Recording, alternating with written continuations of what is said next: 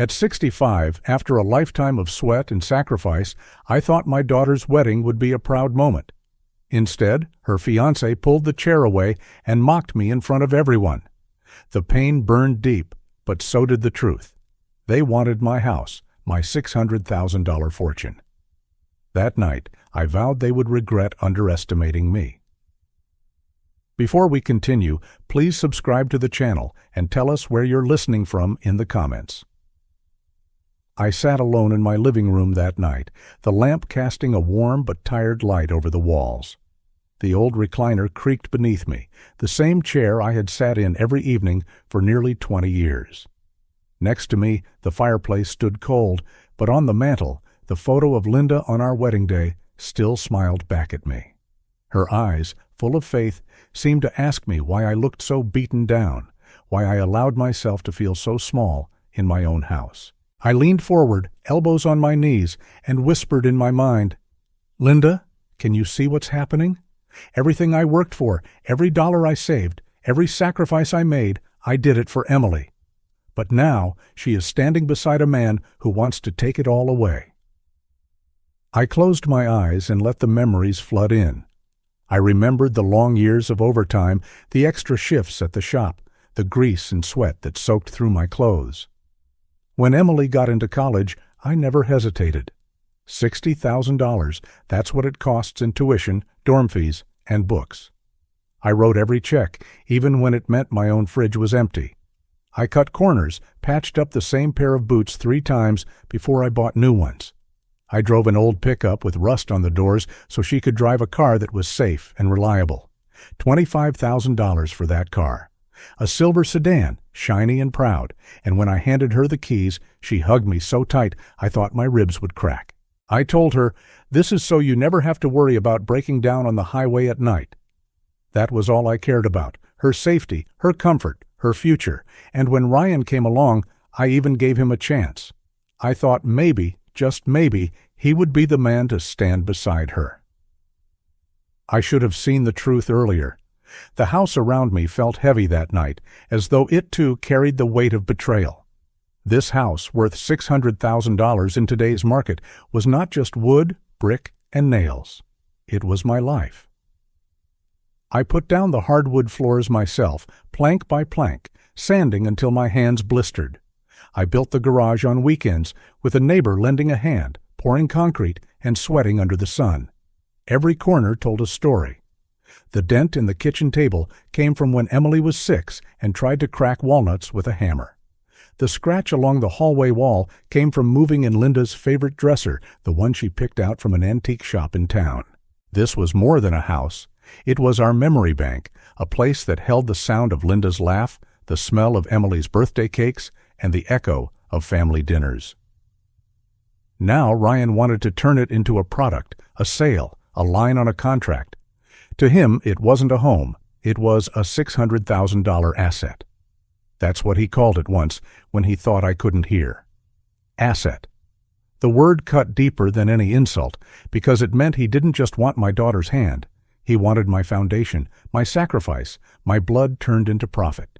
He wanted to erase Linda's fingerprints from the kitchen counter, to strip away everything we built and flip it like he would any other deal. I sat back, my chest tightening with anger. I remembered the way Ryan had smirked in front of everyone, pulling that chair away from me at the wedding rehearsal. I had fallen hard, my back striking the marble, and his words still rang in my ears. "Your place is on the ground." He thought he had humiliated me, made me look weak. But what he did not know was that humiliation can turn into fire. Fire burns, and fire also hardens. That night, for the first time in my life, I felt like an outsider in my own family. Emily stood there torn, unable to defend me, and in her silence I heard the echo of betrayal. I was not just losing respect, I was losing the one bond I thought could never be broken. The anger grew in me, thick and hot, like tar sticking to my ribs. "They think I'm a simple man," I muttered under my breath. That phrase, simple man, had been thrown at me before. I had overheard Ryan saying it to his friends. Her dad's just a simple man, a mechanic, a guy who fixes things. He said it with contempt, as though honest work was dirt beneath his polished shoes. To me, being a simple man was never an insult.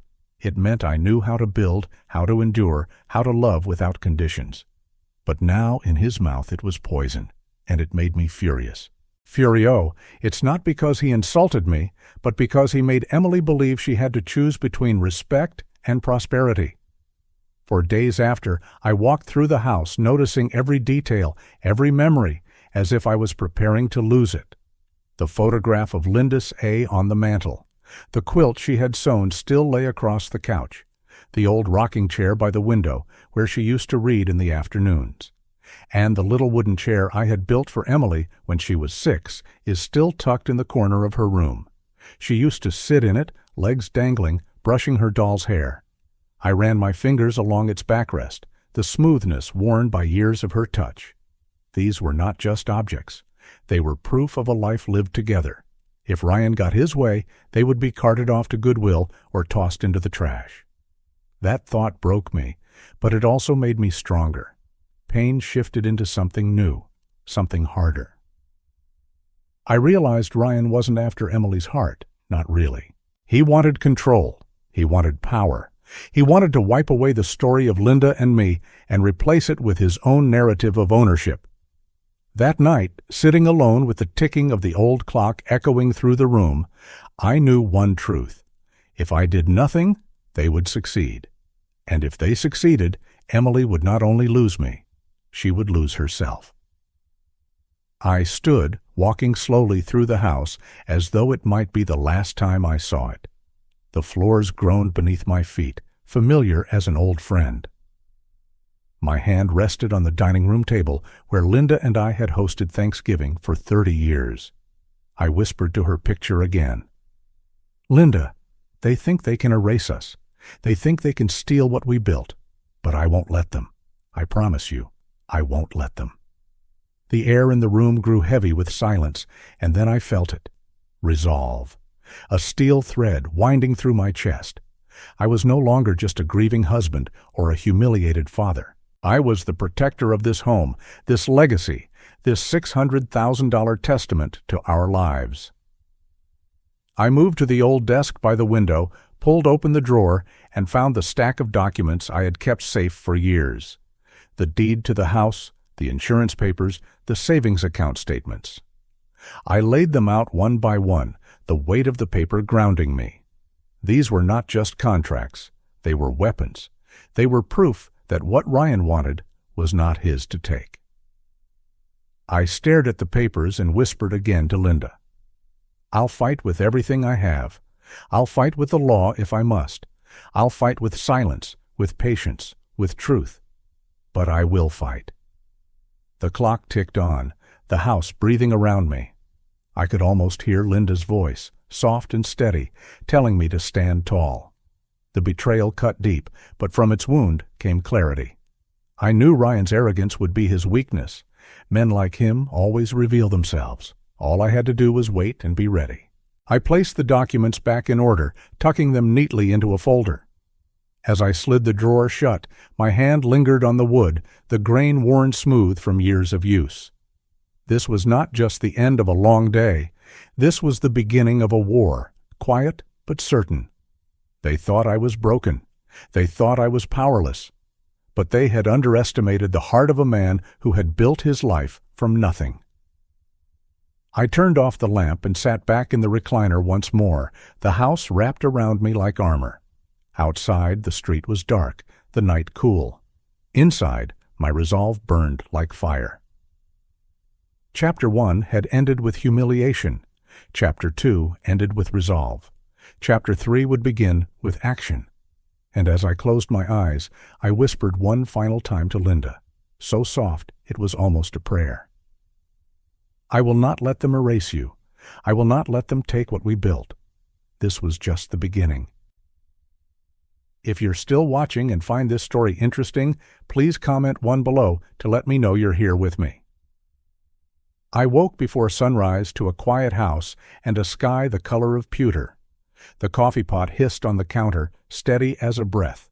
I stood with my palms on the cool edge of the sink and told myself that today would not be about hurt. Today would be about action. The night had been long, but somewhere between the ticking of the mantel clock and the creak of the old furnace, pain had changed shape. It had turned into resolve. I poured coffee into Linda's favorite mug, the one with a tiny chip on the rim, and carried it to the table. I laid a folder there and opened it. The deed sat on top, stubborn as ever. The insurance policy came next. Then the savings statements told our story in neat lines and numbers. I had read each page until the words blurred, but I read them again anyway. Numbers can be a kind of backbone when your heart feels soft. It was time to call Tom. He answered on the second ring, his voice calm, the way a man sounds after walking through storms and learning he can keep his feet. "Morning," he said. "How are you holding up?" I told him the truth. I told him I was tired. I told him I was ready.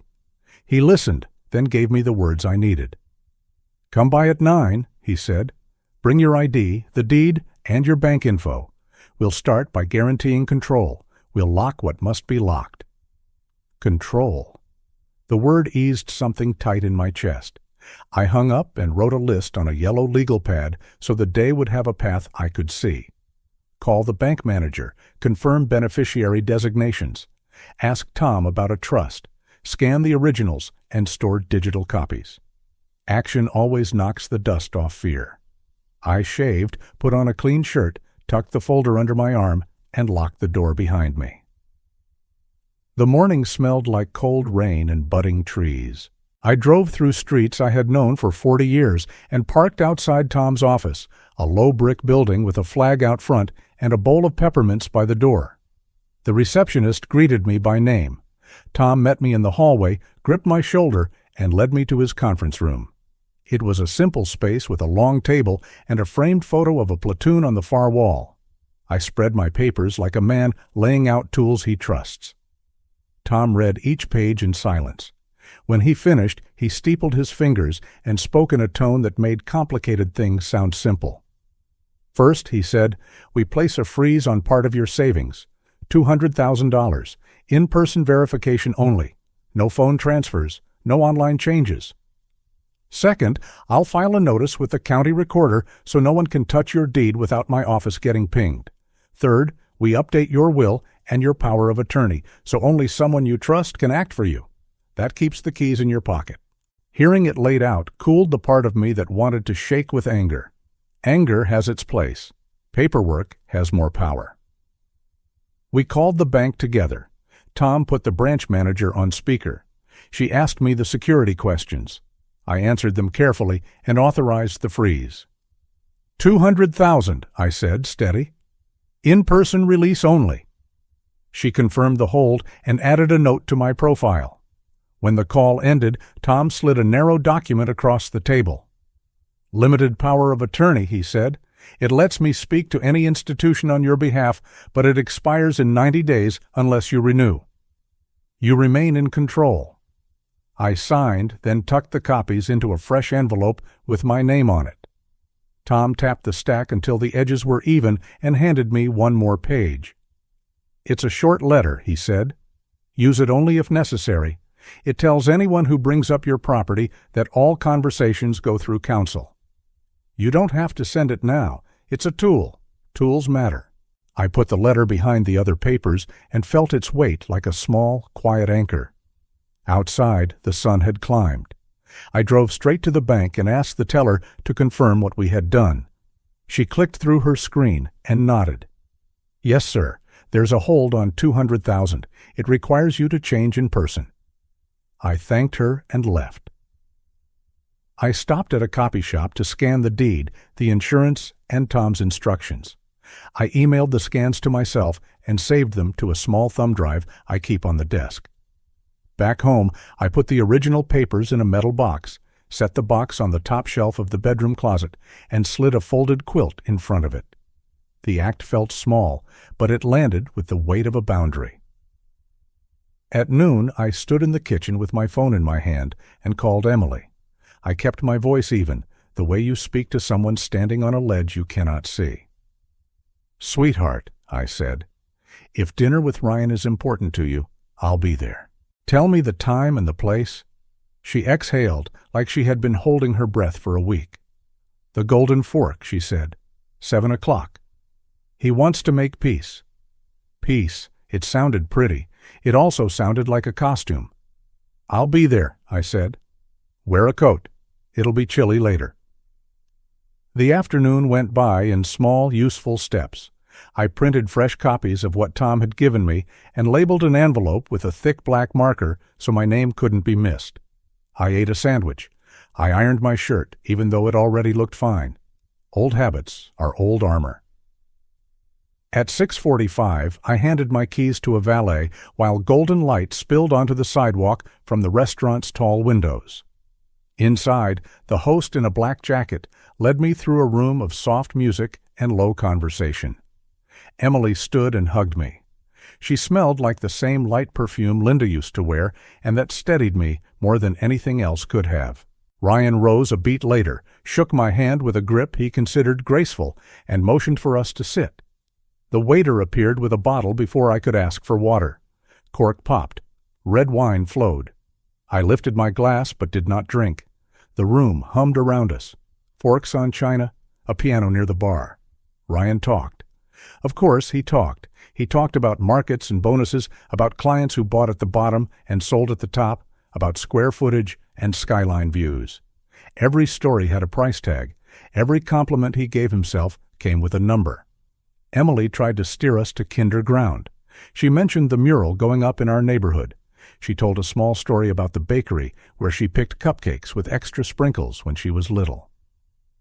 Ryan smiled and steered us back to money. Dinner arrived on heavy white plates.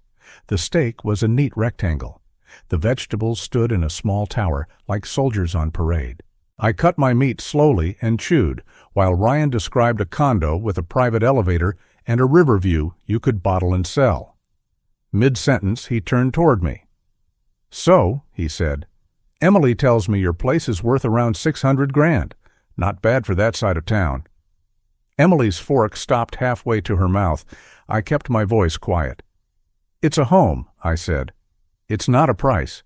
He smiled thinly. "Everything has a price."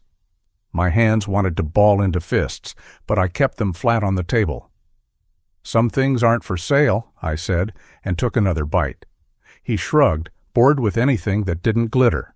The waiter returned and set a leather folder by his elbow. Ryan opened it with a flourish. He glanced inside and slid it toward me as if we were actors following a script only he admired. "The bride's father pays," he said, light as air and just as sharp. The total was $325. Not a fortune, not compared to the numbers he had bragged about, but that was never the point. He wanted me to feel small. He wanted me to believe I belonged under the table, not at it. Heat rose in my face, and for a second I heard marble crack in my memory. I pressed my tongue to the roof of my mouth until the old shame passed. I put my card down and signed the receipt in steady strokes. Emily touched my arm. "Dad, you don't have to." "It's okay," I told her, and I meant it in more ways than one. The waiter took the folder. Ryan lifted his glass. The Bordeaux caught the chandelier and flashed like a signal.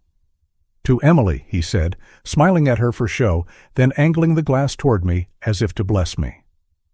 "And to her having the life she deserves, the kind of life you never could give her. Tonight proves it." It was dressed like a toast. It was a blade. The words slid into the space under the ribs where breath lives. Emily's shoulders drew in as if a cold wind had found her. She looked down at the tablecloth and blinked fast. I set my glass down and did not drink. In my head, I spoke to Linda. "Hear him," I said without moving my lips. "He thinks love is a ledger." Out loud, I said nothing. Silence can be a wall. Ryan mistook my quiet for surrender and talked again about upgrading life. He used the word twice as if it were a prayer.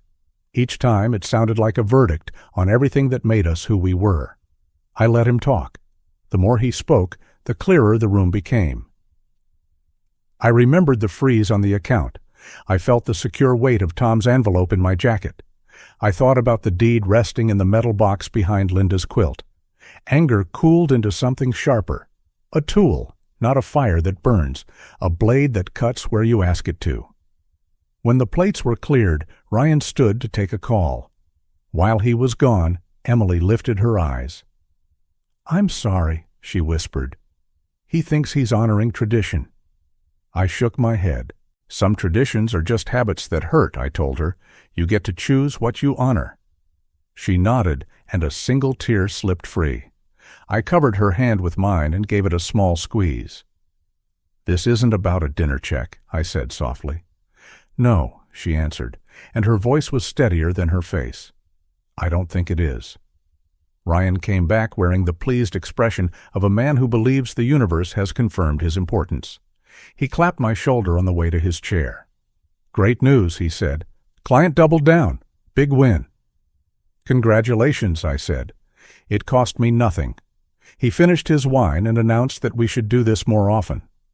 "We might," I answered. "Time will tell." At the door, he shook my hand and leaned in close. "Just remember," he said with that thin smile, "we're moving up. Emily deserves that. The sooner everyone accepts it, the easier this gets." Outside, the air was clean and cool, the kind that rinses your lungs. I put Emily in a cab and kissed her forehead. "Text me when you're home," I said. She nodded. The taxi pulled away, taillights glowing like coals. In the dark window, I saw my own face, lined, tired, steady. They thought last night had broken me. They were wrong. I told myself quietly and clearly, they think I've lost, but the game has just begun. Back home, I laid Tom's envelope in the center of the kitchen table like a compass. The house felt solid, not only as shelter, but as a kind of oath. I boiled water and made tea. I opened a fresh notebook and wrote the night in clean lines. Time of arrival, the amount on the check, the exact words he used when he raised his glass, the way Emily looked away. Facts matter, even when they hurt. Facts are the rope you can hold when the river runs fast. When I finished, I slid the notebook beside the envelope and pulled out the short letter Tom had drafted. It was simple and firm. Any inquiries or proposals regarding my property must be directed to counsel. Any attempt to transfer or encumber the property without my written consent would be documented. I didn't sign it yet, not because I was unsure, but because timing matters. A locked door works best when the intruder has his hand on the knob. The phone buzzed. "Emily." "Home safe. I love you." I answered, "I love you too." I set the phone face down and looked toward the little wooden chair in the corner. I built that chair when she was 6. I could see her feet dangling. I could hear Linda's laugh, the sound that filled this kitchen when Emily tried to frost a cake and knocked half the sprinkles on the floor. I let the memory sit, then rinsed the mug and set it in the rack. Simple tasks calm the hands. Morning came with rain ticking against the window. Tom called at 10. "2 updates," he said. "The bank freeze shows on your profile, and the recorder's office accepted the notice. If anyone tries to touch the deed, my phone lights up." "Good," I said. My voice sounded like a man who had just set a new lock on an old door. "One more thing," he added. "I'm sending you a checklist. Keep copies of everything in a fireproof box. Photograph each page with your phone. Email the images to yourself. Redundancy is your friend." "Understood," I said. He cleared his throat. "How'd dinner go?" "As expected," I told him. He wanted me to feel small. "Did it work?" Tom asked. "For a second," I said. Then, not at all. He hummed approval. "Quiet people can win loud fights," he said, and hung up. After lunch, I drove to the hardware store and bought a small fireproof box, a fresh lock for the side door, and 2 new smoke detectors. The clerk asked about the weather and the ball game. We talked for a minute. Ordinary talk can put a person back on the ground. Back home, I labeled the fireproof box with a strip of tape, tucked Tom's envelope and the deed inside, and set the box on the top shelf of the closet behind Linda's quilt. Late afternoon, I sat at the kitchen table and opened the notebook again. I wrote the next steps in plain language. Keep the freeze in place. Review the will. Don't argue. Observe. Record. If Ryan calls, keep the call short.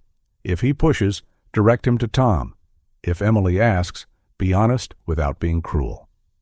I underlined that last line twice. Be honest without being cruel. It is possible. It is also hard when your heart is raw. I closed the notebook and pressed my palm against my chest. The ache that lived there felt different now. Not a wound, a weight I could carry with both hands. Just before sunset, Emily called. The sound of dishes and running water filled the background. "Dad," she said, "thank you for last night. You were calm. I don't know how you did it." "One breath at a time," I said, "and a good friend on speed dial." She was quiet. Then she asked if I was angry with her.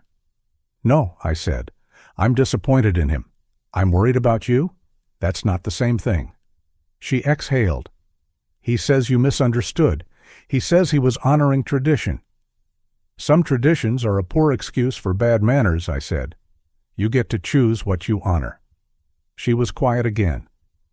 "I think I'm starting to see the difference," she said. "Then take your time," I told her. "The truth doesn't rush." We said good night. I walked to the living room and stood before the mantel. Linda's photo watched me with that same calm faith. I touched the frame and spoke low. "They think they can push me to the edge and watch me fall. They forget I built this edge with my own hands." The furnace clicked and hummed. A car passed outside. The house felt alive. Not just mine. Ours. I slept better. Morning found me steady. I ate oatmeal standing up and read Tom's checklist again. I wrote his number on a card and taped it inside the hall closet near the flashlight. I photographed my driver's license, the deed, and the insurance, and emailed the images to myself with a subject line I would never forget. I created a small folder in the file cabinet labeled in thick black letters. I taped a second copy of the bank freeze confirmation inside the metal box because sometimes paper wants company. Then I sat by the front window with the notebook open and watched light move across the maple leaves like water. I wrote a single sentence and circled it twice. Do not let him set the terms. I thought about the dinner, the bill, the glass held high like a verdict. The word upgrade sounded like a prayer. Then I thought about the floor I laid plank by plank in this house and the strength that lives in honest work. The phone rang. Tom again.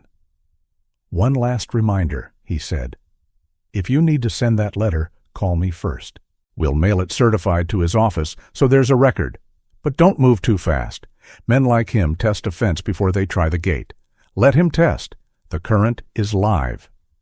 Before bed, I held Tom's letter and thought, let him test the fence tomorrow then. If you're still watching and find this story interesting, please comment 2 below to let me know you're here with me. The pounding woke me before midnight. Hard, a fist trying to drive a message through wood. I stood in the hall with the lights off, hand on the deadbolt, breathing slow so I wouldn't answer with anger instead of sense. When I opened the door, Ryan stepped past me like he owned the place. Rain on his shoulders, that cologne fighting with the smell of old pine and coffee. His shoes hit the floor like hammers. He looked around the living room the way a broker looks at a house he plans to flip. "We need to talk," he said, smiling with his teeth, but not his eyes. "You're going to call Emily and apologize for the way you acted. You're going to say you were wrong about me." "I'm not calling anyone," I told him. Quiet. Even. I kept my hands open at my sides, palms loose, the way you do when a man is already trying to pick a fight he thinks he can win. He laughed once, a little too loud for the room. "Then I'll take care of it. I'll tell her you threatened me. I'll tell her you're jealous and bitter. She'll believe me."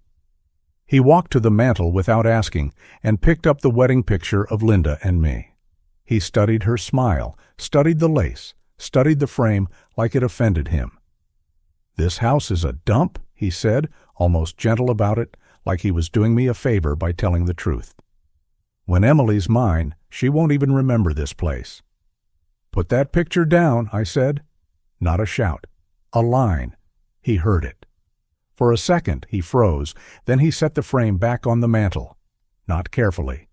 He stepped closer until I could see the pulse in his neck and the water still beating on his hair. "You're going to make this easy," he said, "or I will make it hard."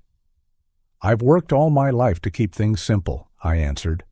"That isn't the same as easy."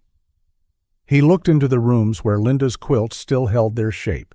He glanced at the little wooden chair I built when Emily was 6. He shook his head like he smelled something bad. "You don't belong in the life we're building," he said. "You'll hold her back." "Go home," I told him. "It's late." I opened the door and waited. Men like him enjoy an audience. I didn't give him one. He walked out because there was nothing left to push against. At the bottom step, he turned and tried again. "Accept it," he said. "We're moving up. She's mine now." I closed the door slowly, not a slam, not a surrender. The quiet came back as a weight, and in that quiet I stood with our picture in my hand and said to the woman who made this house a home, "Linda, he thinks he can erase us." The anger rose, and I let it run through me and out, because anger can burn you hollow if you don't give it a path. What was left was heat I could use. At 8 Shaw Air Park I called Tom. I told him what had happened. No embroidery, just what was said and done. "Lock the doors," he told me. "I'll handle the paper." By noon, a courier dropped a thick envelope in my mailbox. Inside were 3 letters on his letterhead, addressed to Ryan, to his firm, and to the venue. Each line was clean and hard. Any discussions regarding my house, my deed, or any accounts would go through counsel. Any attempt to pressure me would be documented. Any charge at the wedding would not be honored. I read each letter once at my kitchen table, the same table where Linda sewed buttons back on my shirts and Emily did long division. I signed where Tom had flagged and walked them to the post office myself. The clerk stamped them certified. Thunk, thunk, thunk. Small sounds that landed like nails driven home. Back at the house, I did something new. I called Ryan and let the call roll to voicemail. My voice was steady when I left my message. From now on, everything goes through my attorney. The letters are on their way. Pressure will only make things worse for you. I set the phone down and made coffee. 3 minutes later, the phone buzzed. I didn't answer. It buzzed again, then again. On the 3rd try, his control cracked.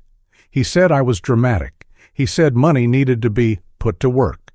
Then he said, clear as steel, the sentence that told the truth he never meant to say out loud. Emily is an acquisition. Marrying her is a step. The voicemail saved itself. I hit forward and sent the audio to Tom.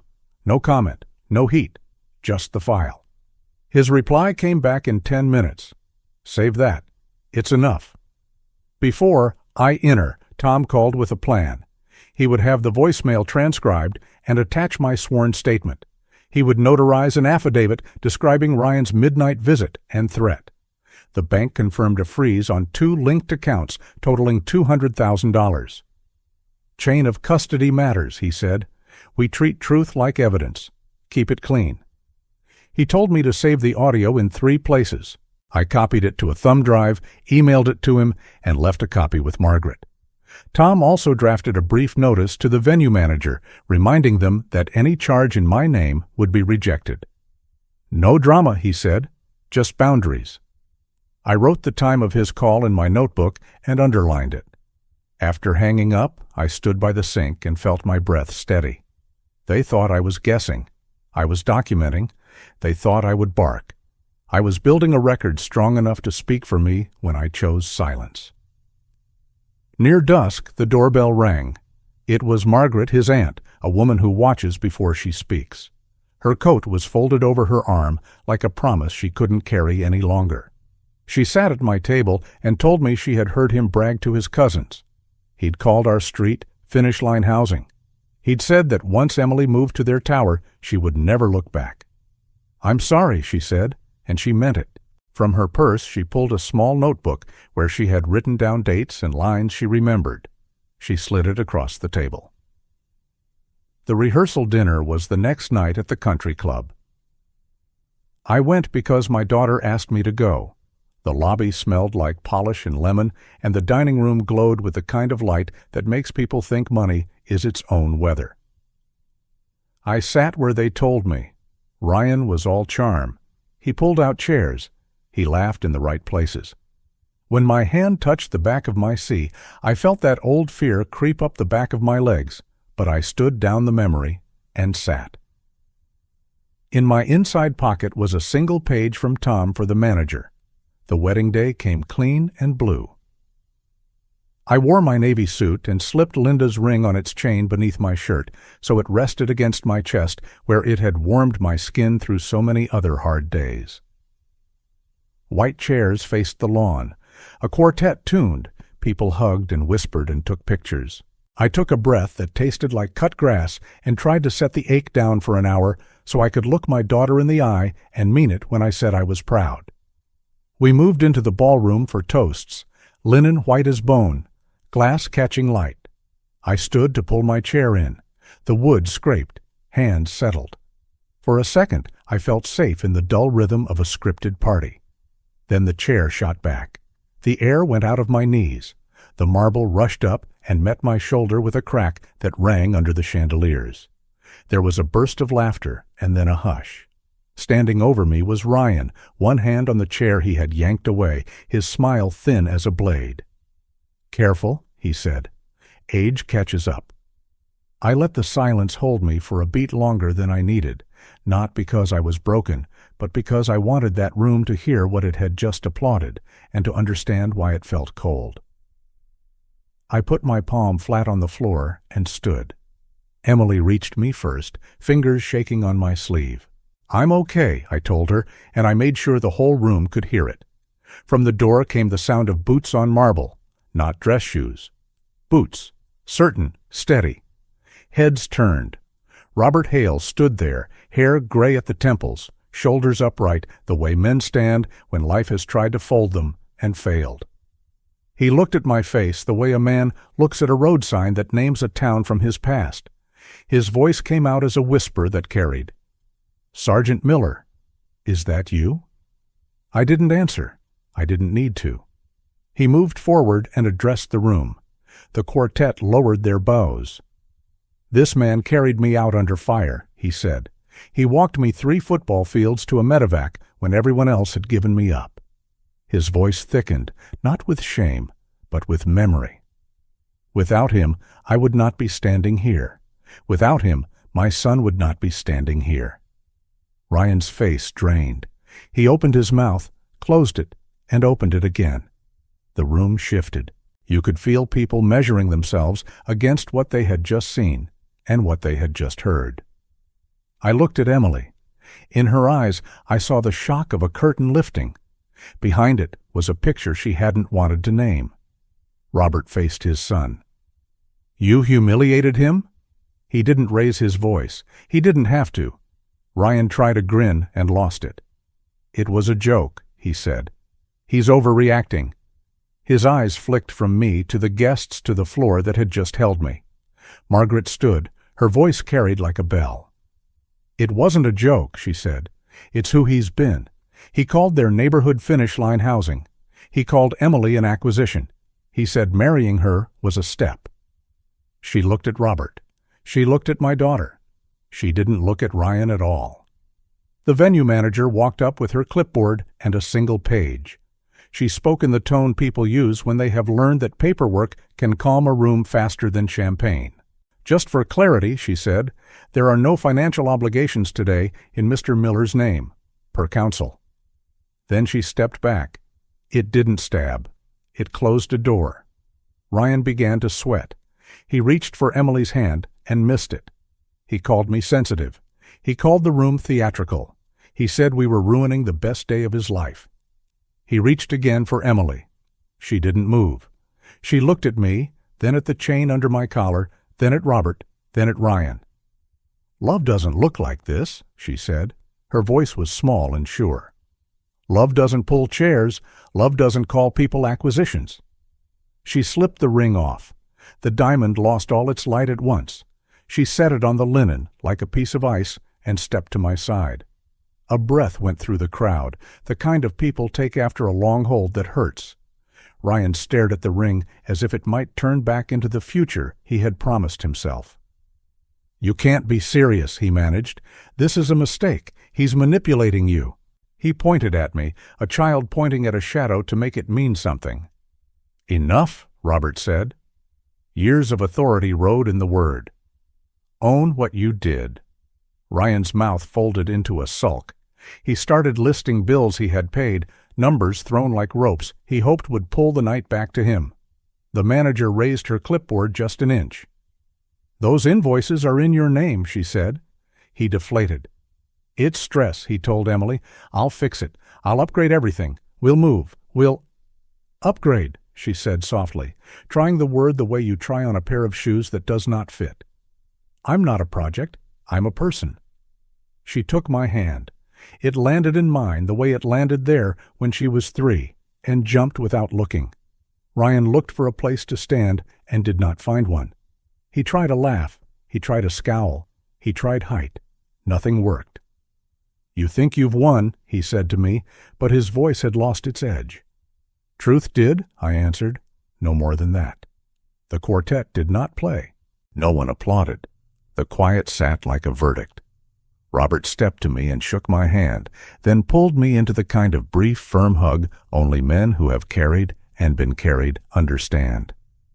"I never forgot," he said. "You lived," I told him. "That's enough." He nodded once, then faced his son. "You need to leave," he said. "Not rage. Judgment." Ryan went still. Then he scooped up the ring, almost dropped it, and shoved it into his pocket. He walked out with sharp steps that echoed down the hall.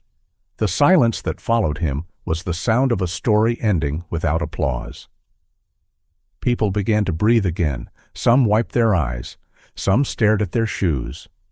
Margaret hugged Emily and whispered something I didn't catch. The manager slid the letter back under her clipboard. The quartet picked a gentle tune and let it float like clean air. "I'm sorry," Emily said to me, but the word carried relief, not guilt. "You don't have to be," I told her. "You saw what you needed to see." She leaned her head against my shoulder and stayed there a moment, a grown woman and a little girl occupying the same space inside my arms. Out on the terrace, the hedges cut the city noise to a hum. Robert stood beside me and looked out at the lawn. "I'm sorry you fell," he said. "I've been on worse floors," I told him, and we both smiled. "If there's anything I can do," he added. "There is," I said. "Help him learn the difference between wealth and worth." He nodded. "I'll try." The rest of the afternoon moved on a lower key. The toasts that remained were kind. People ate, people thought, people recalibrated. Before I left, the manager handed me a small envelope with a copy of her note and the date. I put it in my inside pocket. Paper keeps its promises. Emily walked me to the steps. The late light stretched our shadows across the path. "What now?" she asked. "We breathe," I said. "We take stock. We decide what we keep." She smiled and squeezed my hand. "I want to keep you." "That's a good start," I told her. Driving home, I ran the checklist in my head the way I used to run a checklist on the shop floor before I sent a rebuilt engine back into the world. Freeze the money, guard the deed, speak with paper, let arrogance expose itself. Every piece held. It didn't look like fireworks. It looked like a lighthouse. Quiet, steady, there when you need it. I parked, cut the engine, and sat a moment with Linda's ring warm against my chest. Inside, I slid the envelope into the fireproof box with Tom's letters, the deed, and the certified slips from the post office. I set the box back behind Linda's quilt. I rested my hand on the fabric and spoke so low that only the walls and her picture could hear me. "We're almost through," I said. Justice walked into a room full of crystal and stayed. Then I went to the kitchen, poured water, and wrote in a small notebook everything that mattered. Robert's words, Margaret's record, the manager's note, and Emily's decision at the table. In the hallway, I paused by the little wooden chair I built for Emily when she was 6. The varnish is worn where her heels used to kick. I slid my thumb across the groove and felt time. Tomorrow I will meet Tom, sign what needs signing, and draw a line in ink. Tonight I let my shoulders drop and believed this truth. Dignity can be knocked down, not taken. Night came easily, not like the night of the pounding fist, like a blanket you earned. I turned off the lights and stood by the mantel. Linda's picture caught a strip of streetlight and glowed. "We're okay," I told her. "Better than okay." I let the quiet settle. I let my shoulders drop. I let my hands, the same hands that paid tuition and rebuilt engines and built a little wooden chair, go still. Before I close, I want to speak to whoever needs it. Being shoved aside, being told you belong on the floor, being measured by money you don't have, it leaves a bruise you can't show. If that's on you right now, hear me. You are not furniture. You are not disposable. You get to stand. That feeling of being ignored and treated unfairly is heavy, isn't it? Truly, deeply, today. If you believe every person deserves to be seen and valued, comment this word so I know you're with me. Justice. Now watch what happens when we refuse to disappear and when the truth refuses to leave the room. If you're still watching and find this story interesting, please comment 3 below to let me know you're here with me. The morning after the wedding felt lighter than any day I had lived in years. The air through the kitchen window carried the smell of damp earth and lilac. I set my coffee on the table and spread out the stack of papers Tom had left me. Deed confirmation, account freeze, notarized affidavit, and a stamped receipt from the county recorder. All neat, all final. I ran my hand across them the way a carpenter runs a hand across a beam he knows is solid. The house, valued at $600,000 by agents who never knew its heartbeat, was mine again. Secure. Untouchable. For the first time in months, I let myself sit back without bracing. It was not the victory of noise and applause. It was the victory of a locked door that clicks. A man sleeps more easily with that sound still in his ears. I thought of Ryan's face when the truth came out, when his father named me, when Emily slipped the ring from her finger. That image would never fade, but it no longer burned. It cooled into proof. Proof that arrogance can fall, proof that memory can carry you through, proof that the ground I had stood on was never as weak as he wanted it to be. Over the next weeks, I met Tom at his office to close the loop. We shifted part of my savings into a separate account with his oversight. I signed a short, clean will that named Emily as my beneficiary. Not Ryan, never Ryan. But I added something new. A portion of my estate would go into a small educational trust for her children, should she choose to have them. It was not about rewarding betrayal. It was about breaking its grip. For their books, I told Tom, for their chance. He nodded, stamped the page, and said, "That's how you make peace with money, by putting it where it can't be twisted." I walked out of his office into the sun and felt 10 pounds lighter. No one owned my story now but me. The thought gave me an ease I had not known since Linda passed. At home, I opened the closet and touched the quilt behind which I stored the fireproof box. I whispered, "We did it, Linda. They can't take this from us. Not anymore." The house seemed to sigh with me, its wooden bones shifting in agreement. The neighborhood noticed. Folks at the hardware store asked if the rumors were true. Margaret confirmed them with a proud tilt of her head. "He stood his ground," she said. Ryan's name carried a different weight now. Not ambition, not successful. It carried shame. Word spread about his old financial troubles, the corners he cut at work, the arrogance that had bled into his business deals. His company did not fire him, but they boxed him in. No more client dinners, no more big accounts. He was tolerated, not trusted. And in the world he prized, that was worse than dismissal. He moved out of his high-rise within months. I heard from a neighbor's cousin that he rented a smaller apartment near the highway, a view of traffic instead of the skyline. The irony was plain. He had chased upward his whole life, only to be pressed back down by his own hand. He had wanted to erase this house. Instead, this house erased his claim to Emily's future. Emily visited me often. The first time she came alone, she stood in the doorway, twisting her keys in her hand. "Dad," she said softly, "I'm sorry for all of it. I didn't see him clearly until it was too late." I pulled out the little wooden chair I built when she was 6 and told her to sit. "I accept your apology," I said, "but hear me. He will never set foot in this house again." The firmness in my voice surprised even me, but it steadied her. She nodded, and I saw both relief and grief in her eyes. We talked long into the evening. She told me about the weight she carried, the promises he dangled, the small ways he had made her feel unworthy until she believed him. I listened, not with anger, but with a patience I didn't know I still had. At one point she reached across the table, took my hand, and whispered, "I almost lost myself. Thank you for not letting me." Tears blurred my vision, but I held her hand tighter. "You're worth more than his words ever allowed," I said. "Don't forget that again." That night, when the house was quiet and the dishes were put away, I sat by the fireplace with Linda's picture and spoke the lesson aloud. "Self-respect and character are the only wealth that matter," I told her. "Money builds walls. Character builds homes."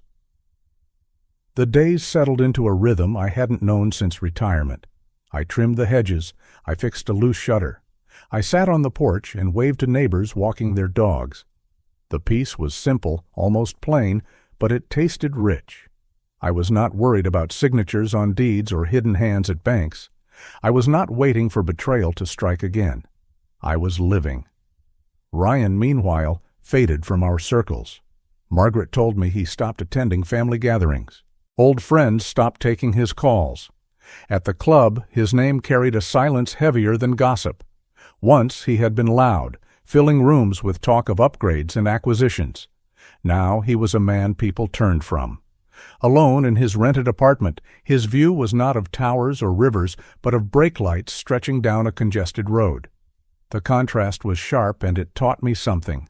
Success without respect is a hollow house. It looks tall, but it rings empty. I thought of the night he pulled out my chair and tried to prove I was small. I thought of how quickly the truth undid him. Lies rot. Truth holds. That was the lesson, and I carried it close. Emily brought me dinner one Sunday, a roast with carrots like her mother used to make. We ate together and laughed about old stories. At one point she looked around the living room and said, "This place feels safe again." I smiled. "It always was," I said. "It just needed the noise to leave." One evening, sitting by the window as the streetlights came on, I realized I was not angry anymore. The anger had burned away, leaving a steadiness that felt like freedom. I thought of Ryan, alone in his apartment. I thought of Emily, sitting across from me at the table with peace on her face. And I thought of myself, no longer carrying the weight of betrayal. I whispered to Linda's picture, "I don't need them anymore. I have myself." The words landed like a stone in calm water, sending out rings that reached every corner of the house. That night I slept without dreams, heavy and whole. The next morning I signed papers transferring a portion of my savings, $50,000, into the educational trust. For their books, I wrote on the memo line, for their chance. It was not about Ryan. It was not even about Emily. It was about breaking the pattern, making sure the next branch of our family tree grew in healthier soil. With the paperwork complete, I began to think about the future. Margaret invited me to a meeting at the community center. They needed volunteers for a reading program, mentors for kids who had no one to guide them through long division or history essays. I told her I would come. It felt right. A new chapter, lighter than the last. As I locked the house and walked to my car, the air smelled of cut grass and warm asphalt. Life, plain and steady. I thought about all the hands I had shaken in my lifetime, all the work I had done with wrenches and pens and patience. I thought about betrayal, yes, but more than that, I thought about resilience. The truth is simple. Wealth can vanish, houses can be sold, trust can be broken. But dignity, Dignity remains if you choose to guard it. That was the lesson I carried, the one I would pass on.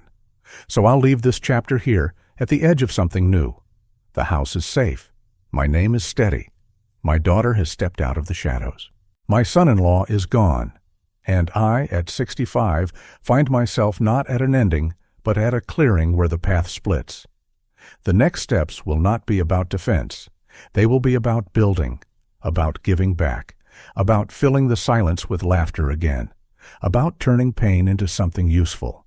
I am ready. And maybe that's the real victory. The days after the storm settled into something I had not felt in years. Quiet. Not silence, not emptiness, but quiet. A kind of peace that comes when the noise of betrayal has been cleared out, like dust shaken from old curtains. I woke up each morning, brewed my coffee, and looked around my living room without the weight of fear. The deed was safe, the house was mine, and my life was finally back under my own control. This house had always been more than wood and nails. Now it was proof of survival, proof that even when blood turns against you, dignity can hold you upright. I walked through the hallway, brushing my fingers along the photographs that lined the walls. Emily, as a child, holding her doll. Linda is smiling in the kitchen with flour on her cheeks. Thanksgiving dinners, birthdays, quiet Sunday mornings. These pictures had almost been reduced to bargaining chips in someone else's game, but now they were mine to keep, and no one could ever strip them away. I began to live differently, lighter. I spent afternoons repairing the old lawnmower, not because I had to, but because I wanted to. I volunteered a few evenings a week at the community center, fixing bicycles for kids who had no one else to turn to. Margaret introduced me to a group that offered free car repairs for veterans. I joined without hesitation. I spent Saturdays under the hood of an old Chevy or patching a flat tire for a man who had once served his country and now served his grandchildren. Each handshake felt like a kind of healing. Every thank you reminded me that life at its best is about giving, not taking. Still, now and then, memories of Ryan's cruelty slipped into my thoughts. The way he called me a simple man. The way he reached for Linda's wedding photo and mocked it. The way he tried to take everything, even the foundation beneath my feet. I did not linger on those memories long. They were sharp, yes, but they no longer cut me. They only reminded me of the line I had drawn, the boundary I had chosen to honor. One evening, as the sun set and the air cooled, I found myself whispering again to Linda's picture on the mantel. "Em Thai Kong, Linda? We kept what mattered most. We kept our dignity. They tried to break it, but it holds stronger than stone." For a moment I swore I felt her presence in the room, soft and steady, telling me I had chosen right. Emily continued to visit. She came alone, sometimes with tears, sometimes with laughter. She told me she was taking night classes, working toward a certification she had once abandoned under Ryan's pressure. I told her I was proud, and I meant it. She apologized again for standing silent when he tried to humiliate me. I forgave her again, not because I had to, but because forgiveness was the only way forward. Yet I made it clear, Ryan would never be welcome here. That chapter was closed. The world, however, had not been so forgiving to him. I heard through Margaret and through neighbors that Ryan had moved into a cramped apartment, nothing like the high-rise he once boasted about. His company had pushed him to the margins, old scandals resurfacing now that people dared to speak about them. He reached out once, sending a letter through Emily. In it, he wrote words like regret, mistake, and please allow me a chance. I read it only once, then set it in the drawer and closed it forever. I whispered to myself, I don't need his words. I don't need his apology. I have my life, and I have my peace. The contrast between us was striking. He lived with shadows and whispers. I lived with open doors and laughter drifting in from the street.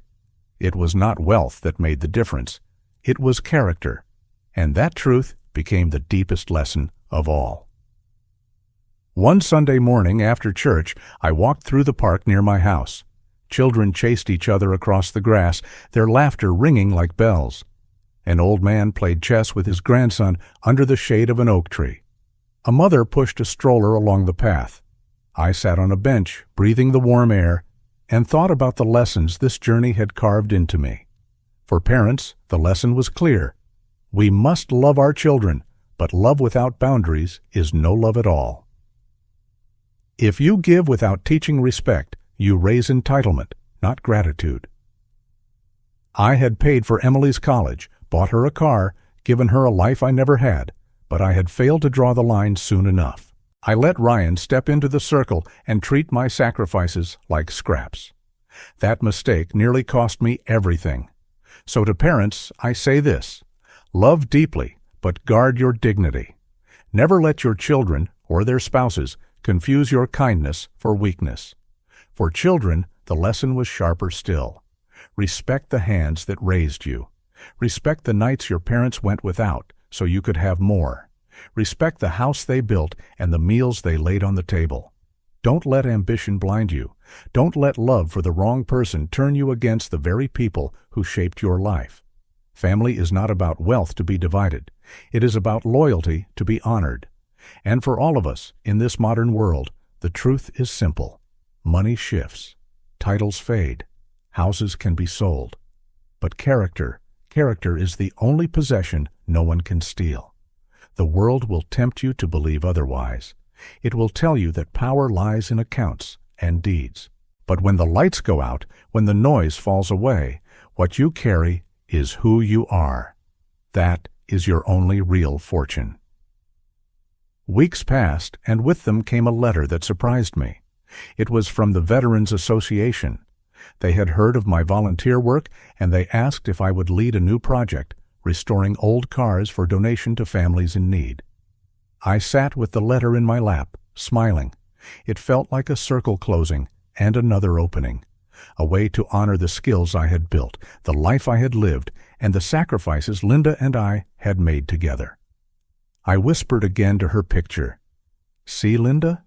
We kept our dignity, and dignity gave us back purpose. The more I worked with the community, the lighter my life became. Saturdays turned into laughter-filled mornings with grease on my hands. Afternoons ended with coffee shared among men who had known war, who had known loss, but who also knew gratitude. At night, I sat in my living room and felt not bitterness, but belonging. The letter from Ryan stayed in that drawer, untouched. Occasionally I thought of him, but only as one thinks of a storm that has passed. His life was his to mend or not. Mine was no longer tied to his failures. That was freedom. That was peace. One evening, walking back from the park, I paused under a streetlight and looked at the sky. The stars glimmered faintly, but steadily. I whispered to myself, I finally found where I belong. Each day now felt like proof that I had chosen well, that the worst betrayal had delivered me not into despair, but into clarity. Inside my house, I kept Linda's quilt folded neatly on the couch. I kept Emily's little wooden chair in the corner of her room. These objects no longer felt like fragile remnants. They felt like anchors, steady and true. They reminded me that family is not defined by blood alone, but by respect, by loyalty, by dignity. And so this chapter closes here, with the house safe, with my life steady, with lessons learned and carried forward. I whisper it one final time, for myself, for Linda, for Emily, for anyone who may listen. Family is truly those who respect you, and character. Character is the only treasure no one can ever take. The story has come to an end. I hope it has brought you valuable lessons and insights. If you enjoyed this content, please like, share, and subscribe to the channel so you won't miss the next video. Goodbye, and see you again. You.